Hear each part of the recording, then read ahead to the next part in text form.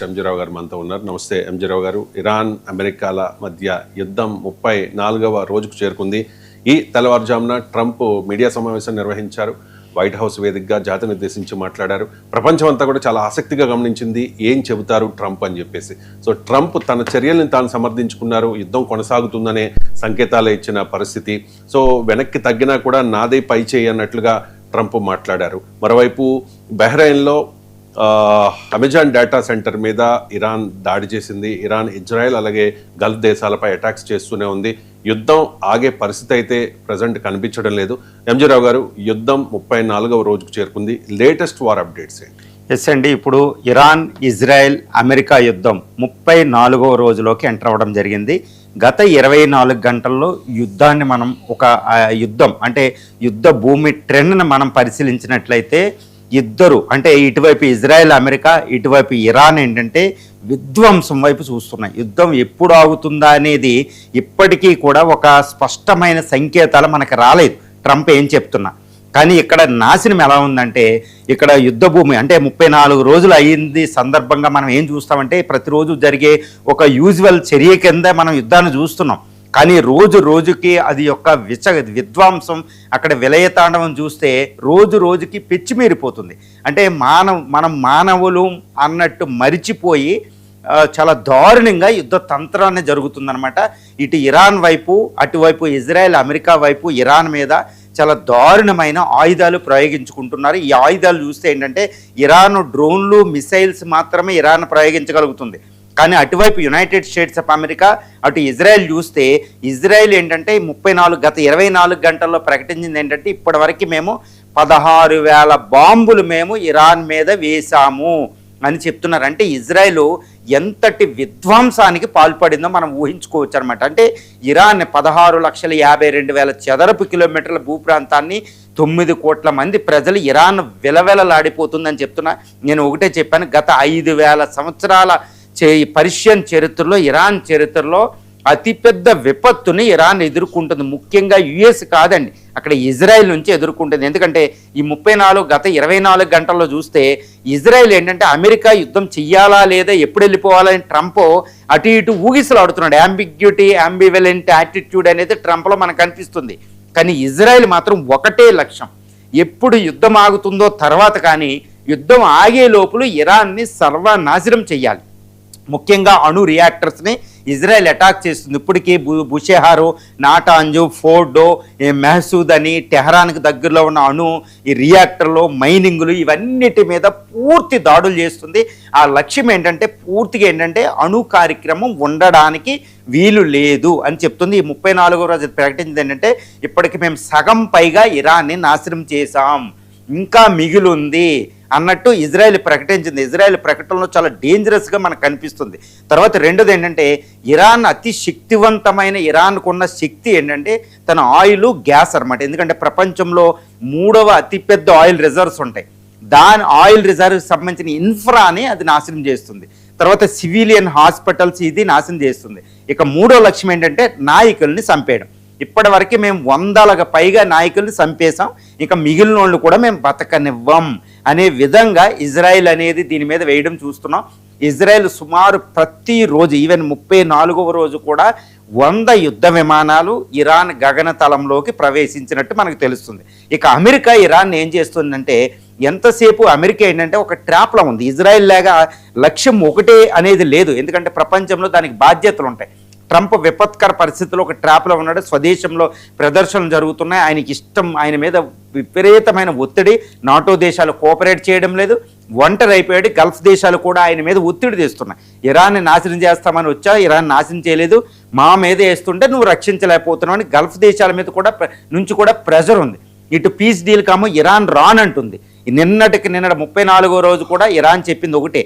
Trump ఏం చెప్తున్నారంటే Iran మాకు పీస్ డీల్ కావాలని మమ్మల్ని అభ్యర్థిస్తుంది అని తన ట్రూత్ సోషల్లో పేర్కొనడం జరిగింది. వెంటనే ఇరాన్ దాన్ని తిరస్కరించింది. అటువంటిది ఏమీ లేదు, ట్రూత్ సోషల్లో ట్రంప్ ప్రకటించింది పచ్చి అబద్ధం అని ఇరాన్ ప్రకటించింది. కానీ ఇరాన్ ఏం చెప్తుంది, మాకే మెసేజ్లు వస్తున్నాయి. ఆయన చెప్తున్నారు, మహమ్మద్ అరాక్చి ఏం చెప్తున్నారు, విదేశాంగ శాఖ మంత్రి ఇరాన్ అక్కడ నుంచి విట్కాఫ్ అంటే అమెరికా ప్రతినిధి పీస్ఫుల్ డిస్కషన్స్కి ఆయన నుంచి ఈయనకి మెసేజ్లు వస్తున్నాయని ఇరాన్ ప్రకటించింది. అయినా మాకు వద్దు పీస్ డిస్కషన్స్, కావాలంటే మీరు ఇదిగోటి ఇవి కండిషన్స్ ఫుల్ఫిల్ చేసినప్పుడు మేమే ఆపుతామన్నట్టు ఇరాన్ ప్రకటిస్తుంది. ఇరాన్ కూడా EU కమిషన్ కోస్టారికాతో మాట్లాడినప్పుడు కూడా ఇరాన్ చెప్పింది ఏంటంటే మేము యుద్ధాన్ని ఆపుతాం, కానీ మాకు లీగల్గా మాకు అక్కడ నుంచి ఎన్ష్యూర్ కావాలి, ఇజ్రాయెల్ అమెరికా మళ్ళీ అటాక్ చేయమని, యుద్ధ పరిహారాన్ని ఇవ్వండి, హర్ముజ్ స్ట్రైట్ మాదని ప్రకటించండి, అప్పుడు మేము ఆపేస్తామంటూ ఇరాన్ ప్రకటించడం జరిగిందనమాట. కాబట్టి ఏంటంటే ఇక్కడ అమెరికా ఇలాంటి విపత్కర పరిస్థితుల్లో కూడా యునైటెడ్ స్టేట్స్ ఆఫ్ అమెరికా తన థర్డ్ ఎయిర్ క్రాఫ్ట్ క్యారియర్ అయిన USS HW బుష్ని అక్కడ పంపడం జరిగింది. మళ్ళా ఎందుకు అంటే ఫర్దర్ దాడులు చేయడానికి కాదండి, ఎందుకంటే ఆల్రెడీ ఇరాన్ మీద ఒత్తిడి తీసుకురావడానికి అనేది మనకి సుస్పష్టంగా మనకు తెలుస్తుంది. ట్రంప్ మాటలు మనం వింటూ ఉంటే. మరి ఈ అమెరికా ఏం చేస్తుందంటే మళ్ళీ అది కూడా ఆయిల్ రీసోర్సెస్ వీటి మీద అటాక్ చేస్తుంది. ఇరాన్ని ఒత్తిడికి, అంటే నువ్వు పీస్ డిస్కషన్కి రా లేదా నాశనం చేస్తాను అన్నట్టే అది అటాకులు చేస్తుంది. కానీ ఇజ్రాయెల్కి విరుద్ధంగా ఇజ్రాయెల్ లాగా విచ్చలవిడిగా చేయడంలే, చాలా ఎంతసేపు B-2 బాంబర్స్ వీటిలో ఉపయోగించి ఈ అండర్ గ్రౌండ్ మిసైల్ సెంటర్స్ వీటిని ప్రత్యక్షంగా అటాక్ చేస్తుంది అనమాట, ఆయిల్ అసెట్స్ వీటిని. ఈ విధంగా ఇజ్రాయెల్ అమెరికా కోఆపరేట్ చేసుకున్న విడివిడిగా తమ లక్ష్యాలకు అనుకూలంగా ఇరాన్ విలవిలలాడిపోతుంది అనేది మనకు తెలుస్తుంది. ఇక ఇరాన్ నుంచి ప్రతిఘటన గత 34వ రోజు 24 గంటలు ఎలా ఉందంటే అది ఇప్పుడు ఈ బహ్రైన్ దగ్గర ఉన్న, తర్వాత ఖతార్ దగ్గర, తర్వాత దుబాయ్ దగ్గరలో ఉన్న ఈ అమెజాను వరల్డ్స్ లార్జెస్ట్ ఈ డేటా సెంటర్స్ని అటాక్ చేస్తున్నారు.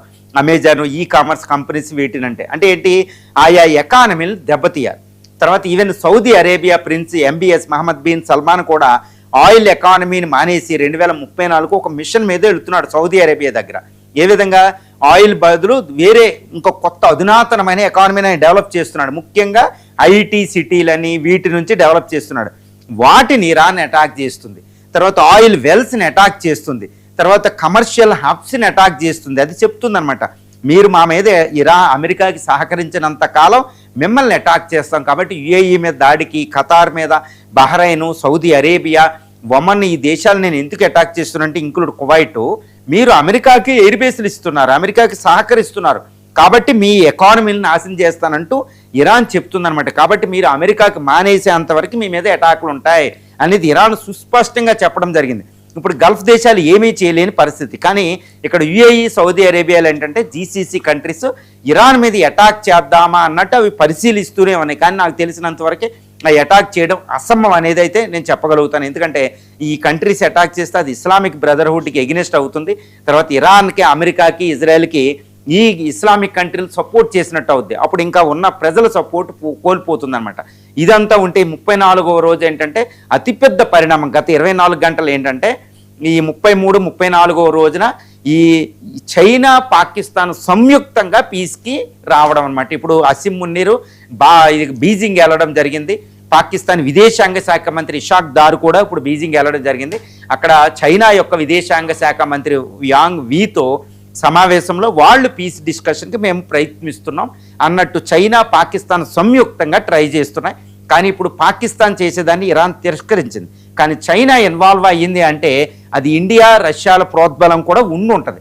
కాబట్టి ఇండియా పక్కనున్న అటు రష్యా పుతిన్కి తెలియకుండా చైనా ఇన్వాల్వ్ కాదు. మరి పాకిస్తాన్ ఎందుకు హెల్ప్ తీసుకుందంటే ఆల్రెడీ పాకిస్తాన్ కమ్యూనికేషన్ ఛానల్స్ ఉన్నాయి.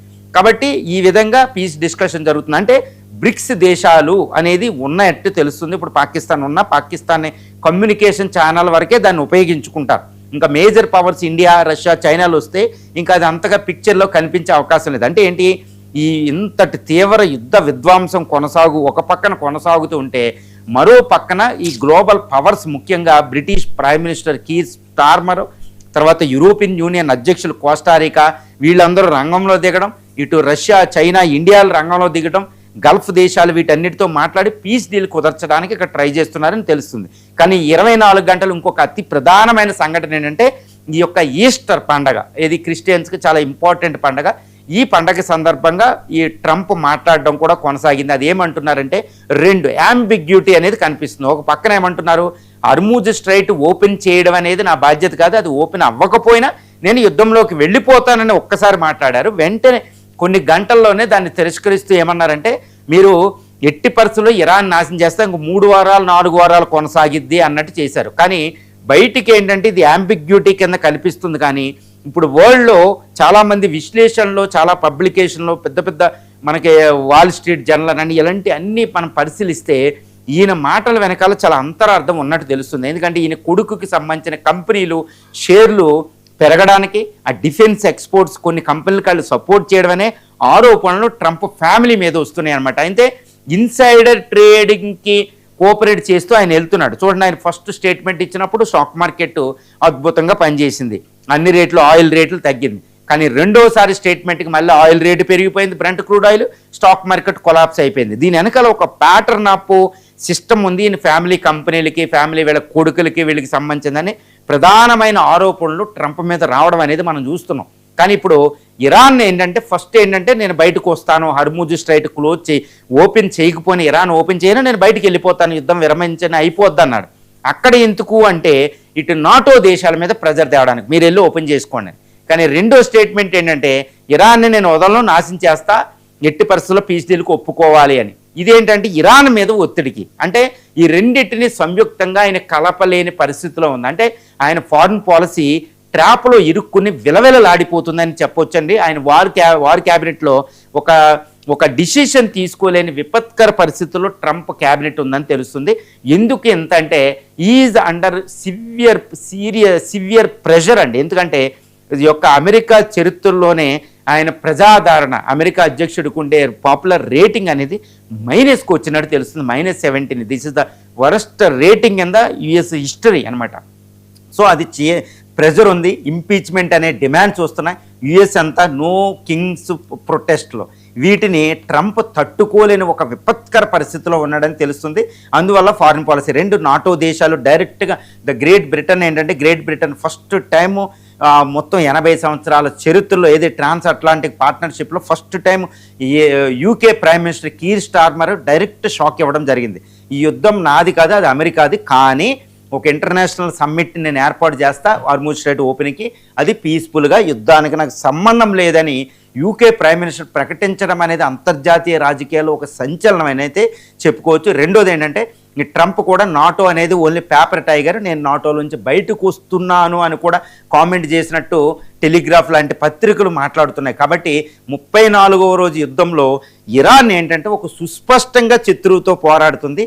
కానీ ఇటువైపు ఇరాన్ ఆపోజిట్ అయిన ఇటు ఇజ్రాయెల్, అమెరికాలు ఏంటంటే గల్ఫ్ దేశాలు ఒక ఉమ్మడిగా పోరాడలేని పరిస్థితి ఉంది. అంటే ఎవరు గెలవబోతున్నారు అంటే ఇది ఎట్టి పరిస్థితుల్లో ఇరాన్దే గెలిపే. ఎందుకంటే పోరాటంలో ఎంత శక్తి అనేది కాదు, ఒక ఫోకస్డ్గా పోట్లాడటం, వ్యూహాత్మకంగా ఉండడం. కాబట్టి దీర్ఘకాలిక యుద్ధం అయిపోయింది, ఒక గ్లోబల్ యుద్ధం అయిపోయింది. 34వ రోజు కూడా యుద్ధ తంత్రాన్ని మనం చూసాం. ఆయిల్ రేట్లు ఇప్పుడు విపరీతంగా పెరగడం అనేది కనిపిస్తుంది. కాబట్టి ఈ 34వ రోజు నాటికి యుద్ధం ఎలా ఉండబోతుంది అంటే భవిష్యత్తులో యుద్ధం ఏదో ఒక రోజు ఎండ్ అవ్వబోతుంది. ఎందుకంటే ట్రంప్ ప్రకటించే అవకాశాలు ఉన్నాయి. యుద్ధ విరమణ అనేది నేను వెళ్ళిపోతున్నాను, యుద్ధంలో లేననే ట్రంప్ అక్కడ నుంచి వెళ్ళిపోయే అవకాశాలు ఉన్నాయి, ఇరాన్తో పీస్ కుదిర్చినా కుదరకపోయినా. కానీ ఇజ్రాయెల్, గల్ఫ్ దేశాలు దాంతో పోరాడుతూనే ఉండాల్సిన ఒక అగత్యం మనం ఇక్కడ 34వ రోజు తర్వాత చూడబోతున్నాం.